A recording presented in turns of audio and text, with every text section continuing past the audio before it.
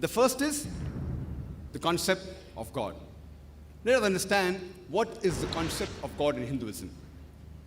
If you ask a common Hindu that how many gods does he believe in, some may say 3, some may say 10, some will say 100, some will say 1,000, while others may say 33 crores, 330 million. But if you ask a learned Hindu who's well versed with the scriptures, he will tell you that the Hindus should believe and worship only one Almighty God. But the common Hindu, he believes in a philosophy known as pantheism. The common Hindu says that everything is God. The tree is God, the sun is God, the moon is God, the human being is God, the snake is God. What we Muslims say, everything is God's.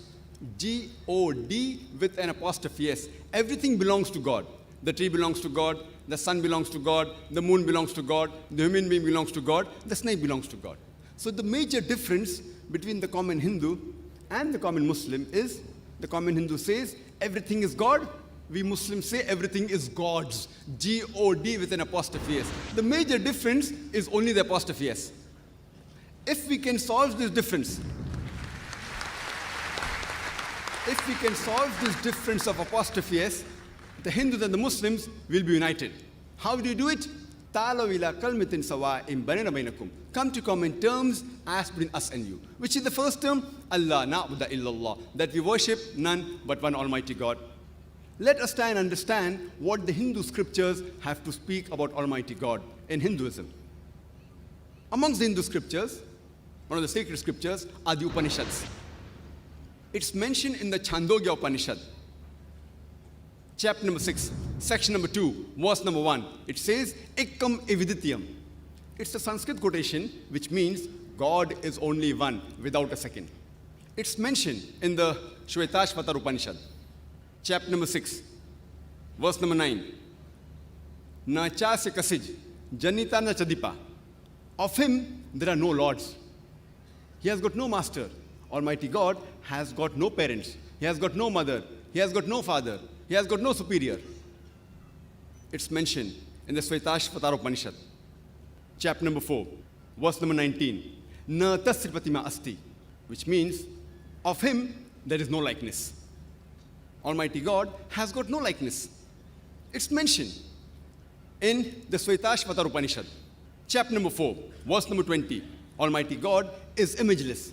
No one can see him with his eyes. No one can see his form with these eyes. And amongst the Hindu scripture, the most popular is the Bhagavad Gita.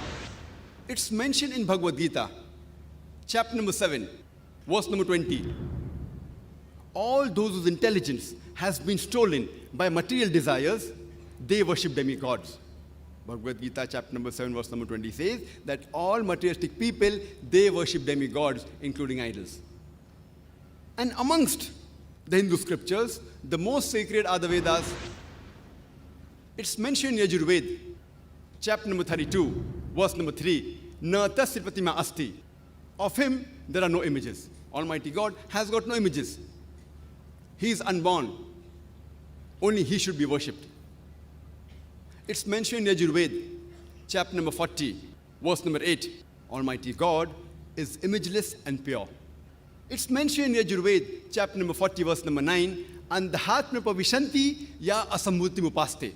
Andhatma means darkness, pravishanti means entering, and asambhuti means the natural things like fire, water, air. So Yajurveda, chapter number 40, verse number 9 says, they are entering darkness, those who worship the natural things like fire, water, air, etc. And the verse continues, they are entering more in darkness, those who worship the sambhuti, that is the created things like table, chair, idols, etc. It's further mentioned in the Atharva Ved, book number 20, hymn number 58, verse number 3. Dev Maha Asi, verily great is Almighty God. And amongst the Vedas, the most sacred is the Rig Veda. It's mentioned in Rig Veda, book number 1, hymn number 164, verse number 46. Ekkam sat vipra bahuda vidante. Truth is one, God is one, Sages call him by a variety of names.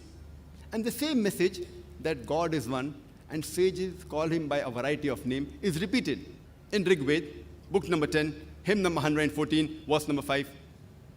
And Rig Veda alone, in book 2, hymn number 1, gives no less than 33 different attributes to Almighty God. One amongst them is mentioned in Rig Veda, book number 2, hymn number 1, verse number 3, is Brahma. Brahma is called the creator. If you translate into Arabic, it means Khalik. We Muslims have got no objection if someone says Almighty God is Khalik or creator. But if someone says Almighty God is creator, who has got 4 heads and on each head is a crown, we Muslims take strong exception to it. Moreover, you are going against Svetasvatara Upanishad, chapter number 4, verse number 19, which says, Na tasya pratima asti, of him there is no likeness. The other attribute given in Rig Veda, book number 2, hymn number 1, verse number 3, is Vishnu. Vishnu is called the sustainer. It means the cherisher. If you translate into Arabic, it is somewhat similar to Rabb. We Muslims have got no objection if someone calls Almighty God as Rabb, sustainer, or cherisher, or Vishnu. But if someone says sustainer is Almighty God, who is relaxing on a couch of snakes, traveling in the sea, or flying in the air on the bird Garuda, has 4 hands. One right hand is the chakra, the discus. The left hand he has the conch. We Muslims take strong objection to it. Moreover, you are going against Yajurved, chapter number 32, verse number 3, which says, Na tasya pratima asti. Of him there are no images. Almighty God has got no images. It's further mentioned in Rig Veda, book number 8, hymn number 1, verse number 1, Ma chadanadi sansad. Praise him alone. He alone deserves worship. It's mentioned in Rig Veda, book number 6, hymn number 45, verse number 16. Ya ek it mushtihi. Praise him alone. He alone deserves worship. And the Brahma Sutra of Hinduism is Ekam Braham Dyuta Naste. Nehna Naste Kinchan. Bhagwan एक ही है, दूसरा नहीं है, नहीं है, जरा भी नहीं है. There is only one God, not a second one. Not at all, not in the least bit. So if you read the Hindu scriptures, you shall understand the concept of God in Hinduism.